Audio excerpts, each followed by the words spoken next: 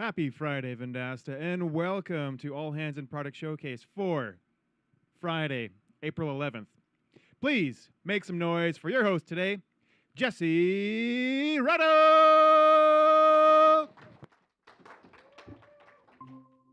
Hey everybody, happy Friday. Can you hear me okay? I sound quiet. I feel like I'm quiet.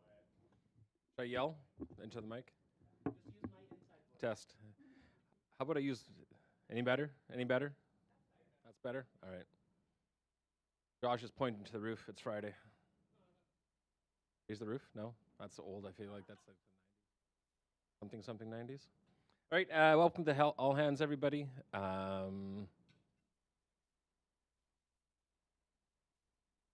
we go. I don't know if I did that or they did that. Let's back up a little bit. I think I skipped a bunch of slides. I pushed it 5 times. 7 times? 9 times? 9 times.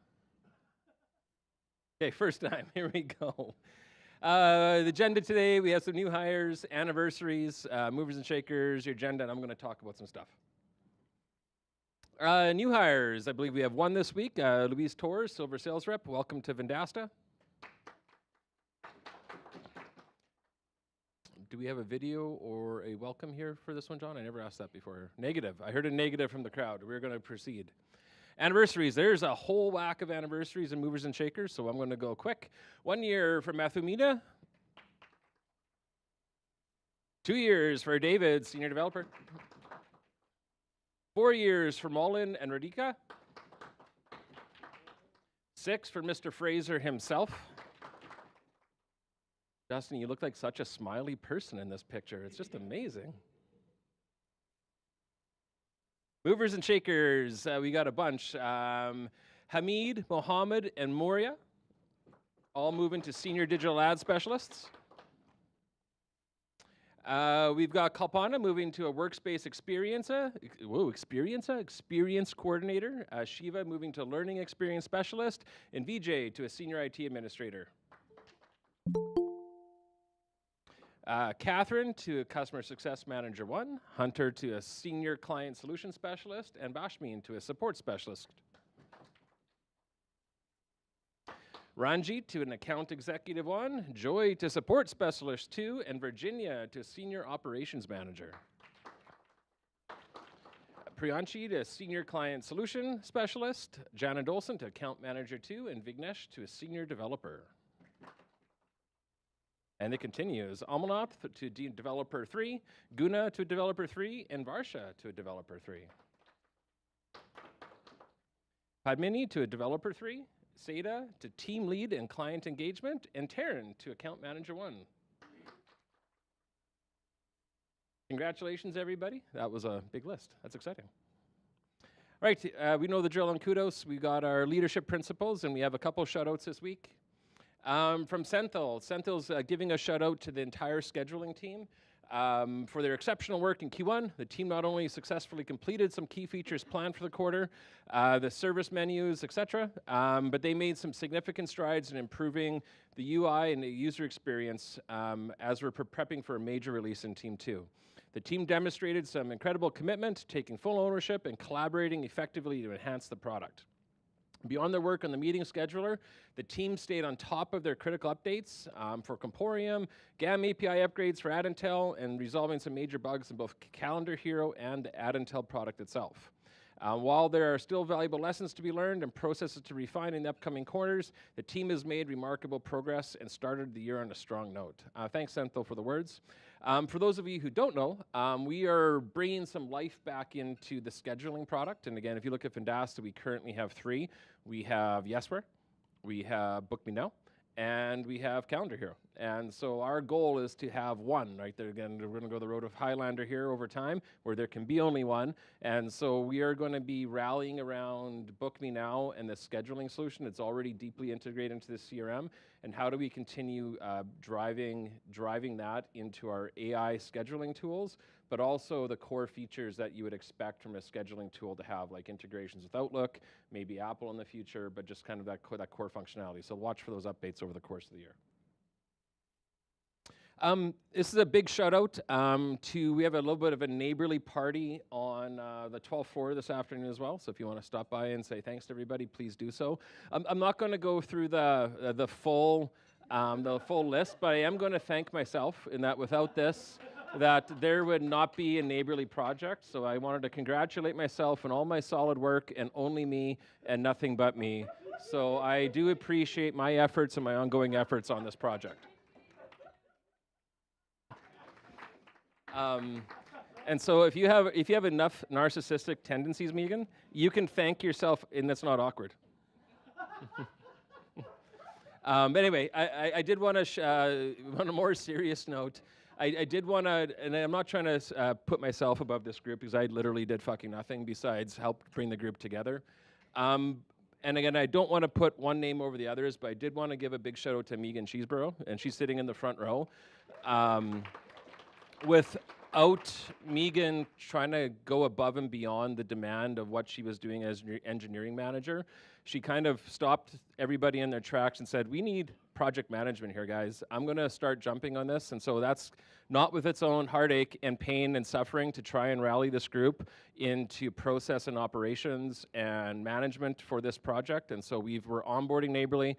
We've got a ways to go yet, but again, in my opinion, and again, I think it matters a little bit sometimes, that I don't think we would be here without Megan, and again, rallying the group here. So again, when you see this group, and again, I'm not trying to put Megan above the rest of the group, but without her efforts here, we would not be where we are. So again, thank you, Megan, and thank you to this whole group.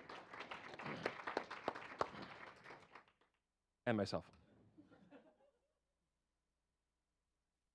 All right, we got some customer love from Tarek. Working with Logan Ohitwa of Vendasta was a true pleasure. He was incredibly professional, accommodating, and went above and beyond to be helpful every step of the way. His commitment to excellence and genuine support made the entire experience smooth and enjoyable. I highly recommend working with Logan. You'll be in great hands. That's awesome. Congratulations, Logan. All right, upcoming events. Today at 3 o'clock, we have the spring cleaning sip and swap. Anytime I hear the word sip and something, I thought it was sip and skip. I'm like, we're going fucking curling, and I didn't know about it. But this has nothing to do with curling. I had to read this twice earlier this morning. We have Good Friday coming up. Ideas on tap on April 24th. April 29th, we have a board meeting in Saskatoon. We have the UP conference again this year, and we're hosting it again, I think, Robin, right? Yep. We have the Hobby Hour, spring pot painting, details coming soon, so I'm assuming that has to do with our very own social committee. And May 30th, we have the patio opener, and that sounds terrifying, Keith, that is a Hot Ones challenge, because I kind of find that, I don't know, Frank's is hot, so I'm going to not participate in that. Learning and development opportunities. We got some Prompt Engineering 101 coming up, Workflow Wednesday, automations, and the AI receptionist. And so mark your calendar. We got a whole bunch of learning to do as an organization about prompt engineering, so I would encourage everyone to dive into this one if possible. Prompting sounds simple. We all think we're prompt experts because we can type stuff into ChatGPT and it gives us answers back. But designing a prompt to actually drive business automations and workflows is actually a little bit challenging. So again, we've learned the hard way by also working through Neighborly in this one. So I encourage you all to reach out to this one and to attend if you can, or I'm assuming it's going to be recorded. All right, I'm going to talk about stuff. I'm going to share my screen.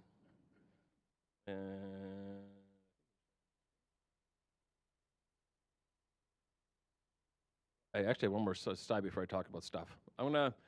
It's an ongoing challenge to try and draw out for the whole organization all of the units of work that we have in flight. And so I wanted to try leaving this all hands presentation to really think on 5 things. And again, it's again, not to diminish all the work that we have going on in product and engineering. I did want to shout out 5 key things that we're going to see over the course of Q2 and into Q3. So the first one, and again, rather than building 2 slides, I just figured I'd put it all on 1 slide. I don't know why I did that, but space is important in digital slide decks, I think. But you can't read it, so I'm going to read it to you now. We've all heard about Campaigns Pro and some of the ongoing issues with Task Manager. So we are putting significant focus into, I don't know if the right word's firefighting, but pouring some water on the flames that is the Campaigns Pro product to increase some of the email deliverability and just general product experience issues that exists in this product. And we have some work going into Task Manager to try and build a more elegant experience for our fulfillment teams working in the product, and also to maybe try and do more of the work in the product rather than having to manage our life in external docs and spreadsheets. So again, that's going to be an ongoing, hopefully small incremental changes over the course of the quarter can lead to big outcomes at the end of it. I'm calling this one Streamlining Direct Business Operations. What does that mean? We've been working for 2 years to re-platform the Broadly product into our software, into a communications and productivity application, where we're getting really, really close to being feature complete. We got some work into the team scorecard and the multi-location team scorecard reporting, but that doesn't mean we're done. We still have to do a customer migration and moving customers and their data from the Broadly legacy application to our application. But before we do that, we need to do something called taxes. And taxes is the word that everybody loves to hate, but again, it's important from compliance, but not compliance, but just a risk perspective. And so one of the items we're taking on inside of our billing and ordering product areas is to drive Avalara more deeply into our product. And Avalara is a third-party accounting software. They're industry leading. And what that means is for our direct line of business, or PRBS is the partner identifier that we tend to think of, we are going to have an Avalara integration that automatically calculates sales taxes. And if you look at the US specifically, the US has got very, very, very complicated sales taxes. And so we don't want to try doing that ourselves, but we're going to integrate Avalara. And when we have automated tax implemented for the existing customers we have in the partner identifier, PRBS. I'm hesitating to use the word Broadly because that confuses everybody, but inside of PRBS, we are going to have the automated tax solution. When we are happy with how the automated tax solution works and our finance team is part of that sign-off procedure, that's when we would start the actual customer migration. So again, we have work to do to prepare the customer migration. But part of that work is going to be transferring the billing relationship out of Salesforce and Zuora and into our platform. At that point in time, we'll also have the automated tax calculation that's going for the customers we are not collecting tax for, and the Broadly customers will intermix for that. And so that's kind of step 1 and step 2 on this journey of automated tax, but I did want to call that out because these are prerequisites to calling our Broadly migration done, but it's also a prerequisite to even start our final phase of the Broadly migration. Enhancing the scalability for large customers. We've spent the last 5 months working deeply with onboarding. I think we're at 3,163 accounts that we've onboarded for Neighborly, and these are across 15 different brands that Neighborly has, and we've learned a lot. One of the things that we've learned is configuration as a partner of record of these accounts. It's fucking hard. And so what does that mean? We need more flexible solutions for not only ourselves, especially if we're going to keep going with the direct line of business, and it's looking like there's some tremendous opportunity in the market for that business.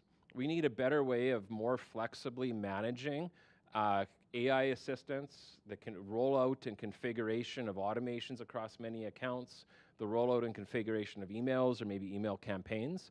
And so we're going to have more coming on this over the course of the quarter. Next time I come up here, I hope to have a couple of high fidelity prototypes everybody can see, but I'm just going to use words today.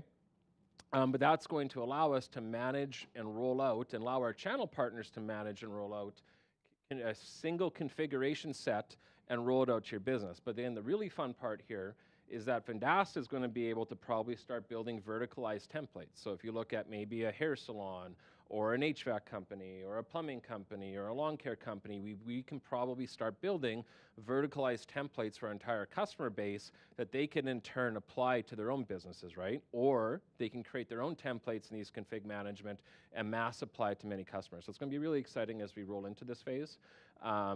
From a competitor perspective, we're not dreaming this up. High Level calls the snapshots, if anybody's familiar with Go High Level, and when you encounter the word, do you have a feature like High Level snapshots? This is going to be augmenting or replacing that from a competitive perspective. We'll have configuration management our platform. We obviously can't call it Snapshot because that means something else in our system, but it'll be a configuration management solution that we're going to be taking out to market over the course of the quarter and into Q3. Matchcraft and Partner Center, Alex and team have got kind of a phase one approach that we're looking at rolling out, but that's not where we're stopping. We're looking at how do we build a more robust ordering experience and hopefully a more integrated experience within Partner Center. So that's going to be a key focus as into Q2. And then I've got this long run-on list. It's hard to capture all of the units of work because we're going really, really, really, really fast in these two areas. One of them is continuing to onboard Neighborly. So the first phase of Neighborly onboarding was getting them into our platform, configuring the brand-specific AI automation workflows. Phase 2 is about to commence, but that's now really about how do we customize the CRM for each brand? What are the business automations in place for how they want the leads to progress through the system? What does it look like to integrate with their back office solutions? And anything we're doing for Neighborly, the outcome of that is we are going to replicate this for all of our partners.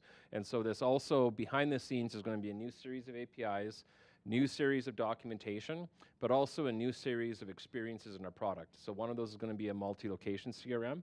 And so if you look at a brand's business, I want to be able to look at the CRM objects for many businesses. We're going to have that in our multi-location solution. We're going to have, and as part of this, how do we integrate Guessware more closely to the CRM that's in our product? So we got more coming on that front. And then finally, all things AI. I'm going to just going AI, something like that. We can build a song. I'm not a very good singer, but something along those lines. I'm going to talk a little bit about voice credits, although I could sing. I haven't sang since All Hands. Went way back in the day. I can probably do it. I'm going to take you through a high-level review of AI credits, what they are, and why we would be, what is an AI credit. And again, I'm going to maybe leave it there, and I'm going to go over to sharing my screen to share more stuff. I did. And you should see me now, John.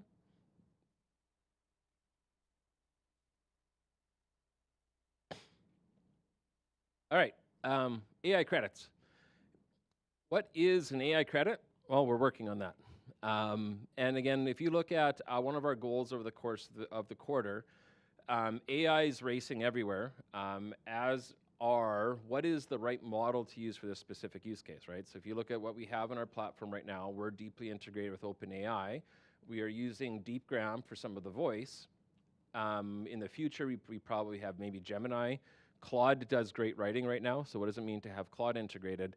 If you look at how all of these AI providers charge Vendasta, it varies from provider to provider. If you're looking across the space, more and more AI companies are opting to provide credits and hide all of the core cost of AI tokens that are, and that's kind of the core piece that we're charged in, and a token is, again, if you look at a 4-letter word, is that 4 tokens? Is it 7 tokens? I don't know what that is, right? And so to remove and abstract away the complexity of AI billing. And so Vendasta credits are going to allow us to, one, hide the complexity that the AI providers have from their costing models. It's also going to allow us to revisit usage-based products like SMS, right? If you look at SMSs or even campaign emails, maybe in the future it could be automation runs. And if you were to buy Vendasta credits, that will account now for some usage of the product in the software. And so as we're getting ready to roll out Voice AI, we're also getting ready to start diving deep into AI credits. And now if you look at, I'm going to maybe give an example of reputation management throughout this, because it's an easy one. Reputation management isn't really an AI product yet, but it does provide great AI-based review responses. One of the things the team is doing in the quarter is being able to prepare kind of an AI-based workflow that when a review comes in and the customer's configured it to do so, you're going to be able to schedule that AI can respond within 4 hours, 5 hours to maybe greater than, to business star, or sorry, ratings greater than 3 or more, right? So there's going to be some configuration around what AI can automatically start responding to. And so as we continue to do this, the AI is doing work on now behalf of us and behalf of the business. But again, there's this ongoing cost, right? And again, so reputation management, and this is the work that we're starting to undertake, and we're building out a mapping table. So look at reputation management. That product probably is allocated at the time of purchase, let's say 1,000 AI credits. Now, what's 1,000 AI credit? Because that's kind of meaningless to the end consumer, right? So we're probably in the pricing table going to have something like, well, you can use 1,000 AI credits to respond to 250 reviews. Or you could use 1,000 AI credits to have 100 minutes of talk time. Or you could use 1,000 AI credits to send 50 SMS messages. Or 1,000 AI credits to send 1,000 emails. And so that relationship, we're still working it out. But that's kind of the core basis, right? And so when I buy my products, I'm going to be allocated a certain number of credits. Those credits are going to recycle each month. So again, if you have reputation management that comes with 1,000 AI credits, every month I'm going to get a recycling balance of AI credits, right? Those credits don't carry over. They're only usable for a month. But what happens when I use all those credits? And again, I don't think we'll ever get Disney using reputation management, but let's say we do. Walt Disney probably generates 5,000, 50,000 reviews a day, right? So Walt Disney needs way more review credits to start responding to reviews. So we're looking at this concept of a top-up system. So again, you can see us here in Business App where the merchant or the partner has enabled the billing software, right?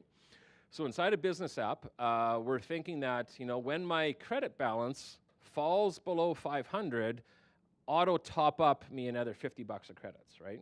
And so this would sit outside of our marketplace workflows, but just allow this rebilling concept of Indasta credits to come. And that protects, one, the user or the end business from ever running out of credits, but allows us to decouple ourselves from all of the crazy marketplace add-ons that exist for how many add-ons do you want for emails, right? It's just a very, very complicated selling procedure. There probably is still a place where maybe some add-ons exist for some of our products. Like if you go into the emails product right now, right? You got to up-click, I want 55 of these add-ons, and I think that means I get 2,500 email campaigns. It's just very awkward. So what does it mean? And the work now to be done is, what is the right amount of AI credits to lump into the first purchase of the product and when that product renews? And then what is an AI credit? And so we're working on that. So again, my screen went to sleep somehow. Sorry, John. And so there's more coming on this. We're going to have a partner experience of this workflow. So from the partner level now, when those credits are topping up, our thinking is that you would be able to see all the transactions coming in at each business account. But the partner level, the partner should be able to see all of the credits right across their accounts. Now when AI voice or AI conversations or maybe emails are sent are ticking away, those would all be consuming against a credit balance, right? So the goal here would be kind of a very open, transparent system. But the thing we're not trying to do is account for every single AI credit. If we somehow lose a couple along the way, it doesn't matter because it's fractions and fractions and fractions of pennies. And what do I mean by fractions of pennies? So last month, I'll make this a little bit bigger. The last 30 days, we've spent about $6,500 on our OpenAI usage. And so how OpenAI charges us is by which model you're using, the number of tokens, the type of model, there's expenses associated to it. And so what we're trying to do right now is match the costs against the product that's consuming them. So I'm going to jump down since I was giving reviews. In the last 30 days, we've used the suggest review response, and all of our customers have 24,000 times. So based upon the AI tokens consumed, that cost us $21. So responding to reviews with AI had a hard AI cost of $21 or 0.00089 cents per review response, right? If you look in our competitor, and our main competitor, I would say in this space, is still high level. They market their review response at 0.08 cents per review response, right? So I'm kind of thinking, as I'm doing this costing, I'm kind of thinking, oh, those sly buggers, they're building into their usage-based system an order of magnitude of costing that they're making. They also let their customers rebill it. I don't think Vendasta is going to go into the rebilling world, but as we're providing credits, credits allow us to abstract away these really, really, really minute fractions of pennies from the costing and provide something I think is actually kind of unique to maybe Vendasta, this concept of credits. And so we're going to have more on this one. Social is different. We don't have the images in here yet, but if you look at social marketing, we've generated 21,000 social posts with the AI. That cost about $50, right? And so this is the hard cost, but what does it mean to protect ourselves from cost, right? So let's say we do really well with AI and we have 100,000 AI deployments at the end of the year.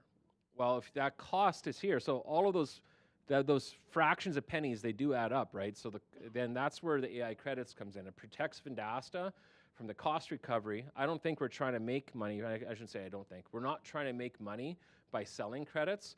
We're selling credits to protect ourselves from the cost of AI, right? And there's might be a very, very, very thin markup margin on that for us. But again, the core value to Vendasta is selling the products that are powered by AI, and the AI credits are responsible for the cost protection or cost recovery of the products. And again, the final thing to think there of an AI credit, we're going to have a better credit table to come out. We'll be reviewing it as a team. But again, the AI credit, it allows us to protect ourselves from cost. It abstracts away the complexity of all the very different vendors we're doing and what they're charging us. And it hopefully will provide a simple, reusable solution for all of the consumable-based products in our software. And so that was my presentation on stuff. I think that was it. Did I have anything else today? I don't remember if I looked past the slide. Oh, yeah, I do we have a Box Popular story. I would like to know the story behind this car on the 15th floor. How often is it used? Why does it say buy 20 days, it pays, day slack? Why is it here? So the story of this is that this used to be your uncle's store, I think, Brendan, in Moose Jaw?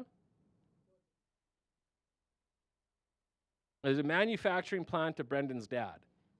And so there's sentimental value associated to this car. So why is it here? I'm going to go on a limb, and I'm going to make a comment. Brendan doesn't like throwing things out. There's sentimental value in this car. Connie hated the fact that it was in their garage not being used. And William brought it to the office. Is any of that fictitious or factual, Brendan? I missed it. What do you say, Dale? Everything but the William part is true, apparently. But yeah, but it's got a neat little piece of history here. And if you pick that thing up, it's freaking heavy. That is not made of aluminum. That is made of like a solid plate steel, it feels like. So don't trip on it. It would hurt. All right. Happy Friday, everybody. Thank you. Have a fun weekend. Have a safe weekend.